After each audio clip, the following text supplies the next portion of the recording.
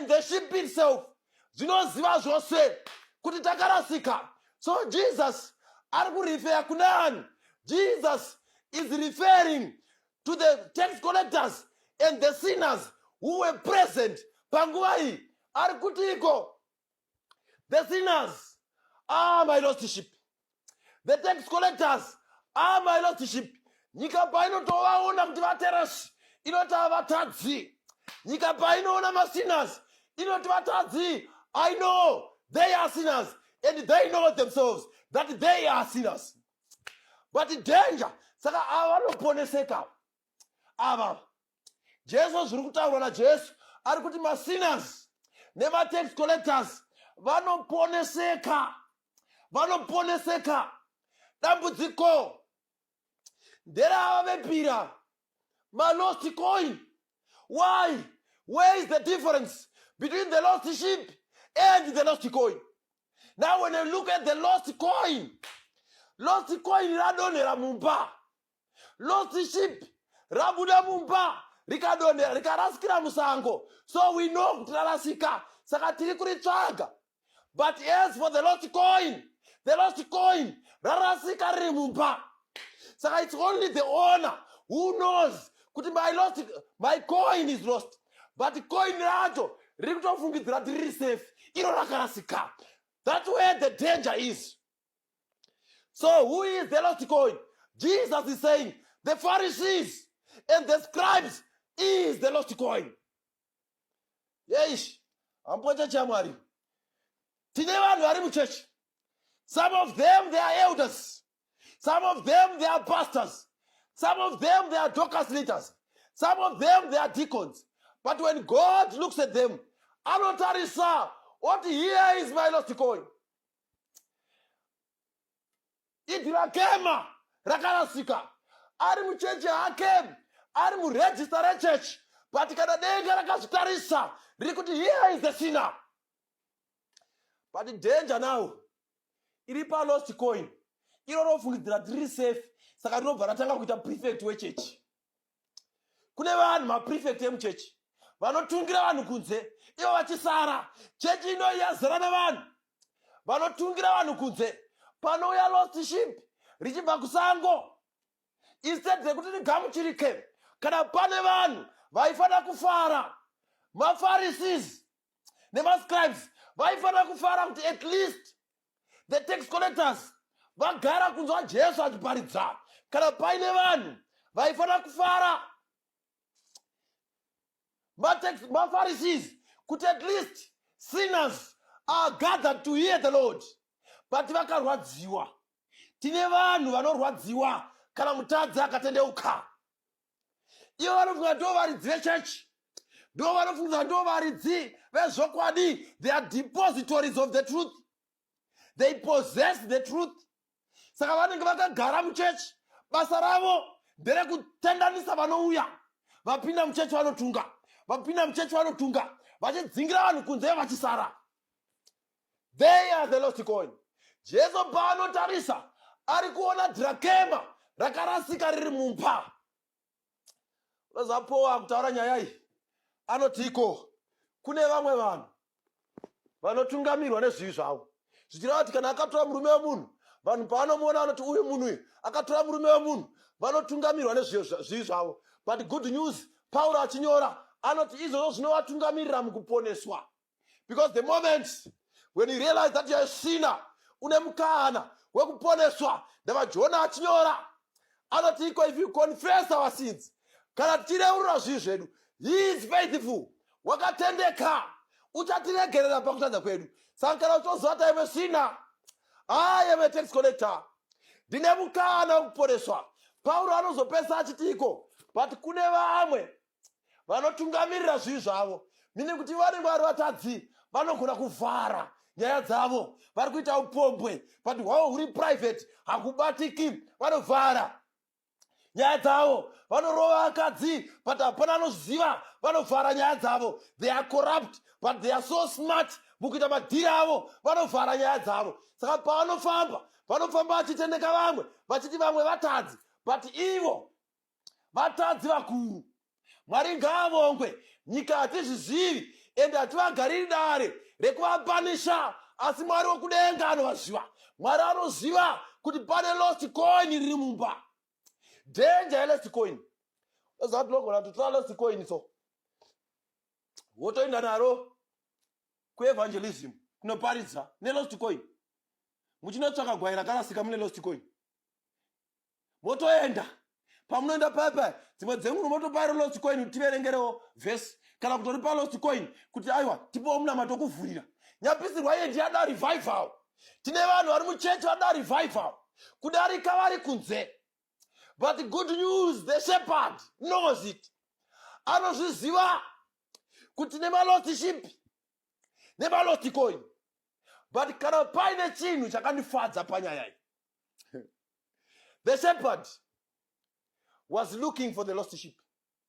The shepherd was also looking for the lost coin. Hamuna kutinzwa. Jesu ari kutsvaka vatadzi vakarasika vari kunze. Vanhu vasati vabhabhatidzwa. Jesu paanoona mhombwe, haaoni mhombwe, anoona a candidate of heaven. When Jesus sees a murderer, haaoni a murderer, he sees a candidate of heaven. Jesu paanoona mbavha dzenyika inoi, haatarisa achiona mbavha, anoona a candidate of heaven. Jesu paanoona vatadzi venyika inoi, paanoona vanoita zvikuru varoyi venyika inoi, vanhu vane profession yekuroya, Jesu haatarisi ona vatadzi. Jesu anotarisa ona macandidates of heaven. Mwari wokudenga ngaavongwe, ane nyasha nemutadzi. Uye when he deals with a sinner, he is so patient. Jesus is not harsh when it comes to sinners. He is so patient and he is a friend to sinners. Every time ari kuvati uyai masinners, uyai. Jesu ari kutsvaka mutadzi.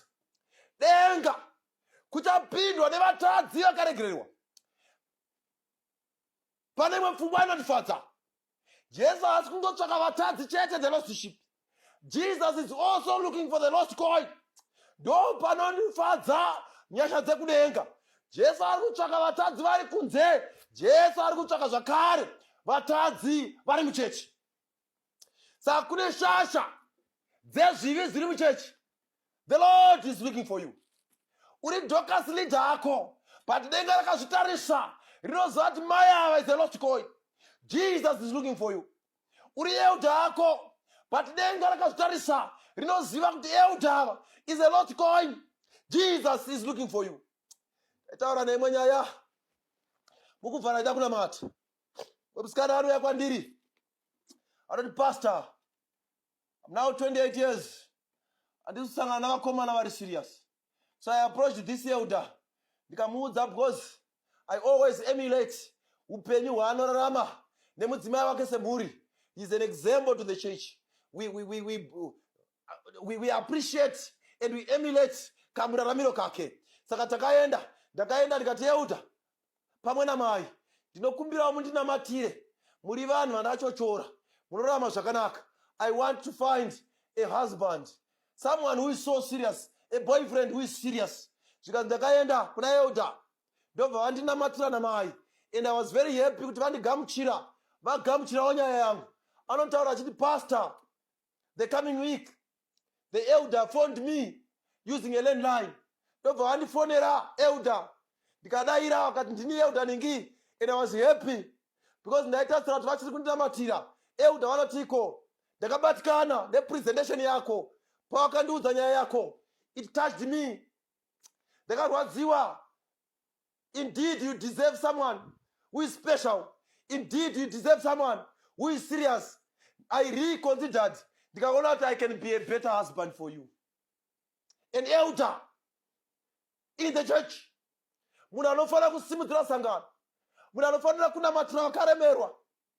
Anotiko, ndakapererwa kutenda kwangu kwakamboshekeka. Ndakazomuudza ndikati, don't worry, pana malost coin ari muchechi, and God is looking for the lost coin. Ndodakuudzai vana vaMwari, kune maprefect ari muchechi. Toziva dzimwe dzenguri new members anogona kusapfeka zvakanaka, vanogona kuuya vasina kuita zvirizvo, akauya akapfeka mini yake. But ndoda kumbotaurawo newo prefect, usati wangomhanya nezambia kumupa kana kumudzosera kumba kuti ndai munopfeka zvakanaka. Wadi wamborangarirawo nekutenda Mwari kuti at least the Holy Spirit yataura naye ikamutendedza kupinda mumba make, pamwe atarisa akaona zvimwe zvese iri mitrauza haipfekeki, akangoonawo sketi yaangoona iri pfupi, Holy Spirit ikamutendedza kuti put on that skirt, mweya mutsvene ukamupa simba rekufamba, kwete achienda kubhawa but achienda kuchechi. Wadi wamborespectawo basa remweya mutsvene ramusunda kuti amboya kuchechi. Wadi wanega zvakadaro, Mwari ambopedza basa rake, ataura nemunhu wake kana rudo rwaMwari rwaamari. One day achaziva kuti ndinofanira kupfeka zvakanaka. But nema prefect anomira achidzingira vanhu kumba. Chechi inoi taita vanhu vanodzingira vanhu kumba. Ndoita problem nemunhu anomira oti ningi akashaikirwa, kana mazomuona mumubatewo maoko. Gone are the days that taona ma-announcements akadaro. Today tiri kutsvakawo zvema-announcement ekuti toda kutenda hama dzakaenda kunobatana mainhingi pavakashaikirwa panguva yekuchema kwavo. Toda kutenda vakaenda kwagutu kunoradzikwa kwagogo nhingi. Toda kutenda vakaenda kwarusapi pairadzikwa sekuru nhingi. Toda kutenda vakaenda cholocho ngai kwakanoradzikwa tena nhingi. Toda kutenda vakaenda kwamutare Buzarevani kwakanoradzikwa nhingi. Gone are the days dzekudaidzira zvidaidziro zvekuti kana mazovaona muvabatewo maoko. Tine vanhu vari muchechi, madhirakema akarasika, but Mwari wokudenga ngaavongwe. Jesus is in the business of saving souls. Ari kuponesa vari kunze vakarasika, ari kuponesawo zvakare vari mukati vakarasika. Saka Jesu ari kukutsvaka. Muimbi wekwedu woimba anotiko uya anoda uya, nekuti Jesu achine shungu dzekuponesa. Pane vanhu vari muchechi who are worst sinners than those who are outside. Mwari asida kurarasa ari muchechi, ada kuti vaponeswe. At the same time ada kuponesa those who are outside.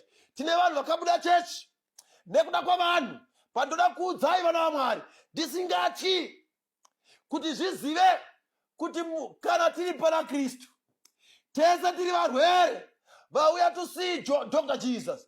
Do not allow another patient to send you home achiti waurwari tauya kuzoona Dr. Jesus. Tose tauya kuna Dr. kuzoponeswa. Kune hama dzangu dzakasiya chechi nekuda kwavanhu. Mwari ari kukutsvagai. Zvidzivei nhasi, the Lord is looking for you. Ende Mwari ada kuthrowa apart. Now Bible rinoti pakawanikwa kakwai, kwakava nepati kwakadaidzwa hama zvikanzi uyai mufare neni, gwai rangu ranga rakarasika ndariwana. Ndoda kuti muzvizive pakawanikwa coin, pakathrowa pati zvikanzi muuyai dhirakema rangu ranga rakarasika ndariwana. Vanhu vakava nemufaro kupemberera mutadzi awanikwa. Ndoda ndikuudze hama dzangu, hazvina mhosva uri mutadzi ari muchechi, hazvina mhosva uri gwai rakarasika. Vamwe venyu makatodzokera kumabhawa kwamakabva, vamwe makadzokera kun'anga kwamakabva, vamwe muri kuita zvikuru. Dzimwe dzengu ukazvitarisa unoti pamwe ndava awest sinner handichaponeseki. Ndoda kuti muzvizive Jesus is still in the business of saving souls. Hapana chitema chakaitwa nemunhu chisingaregeregwi kana wauya kuna Mwari nokurevesa. Tina Mwari anoregerera zvitema. Tine ropa rakaenda pamuchinjikwa rinoita kuti vose vanotendeuka vachidzoka vaponeseke. And the ship itself zvinoziva zvose kuti takarasika. So Jesus ari kurifera kuna ani. Jesus is referring to the tax collectors and the sinners who were present panguva iyi. Ari kutiko the sinners are my lost sheep.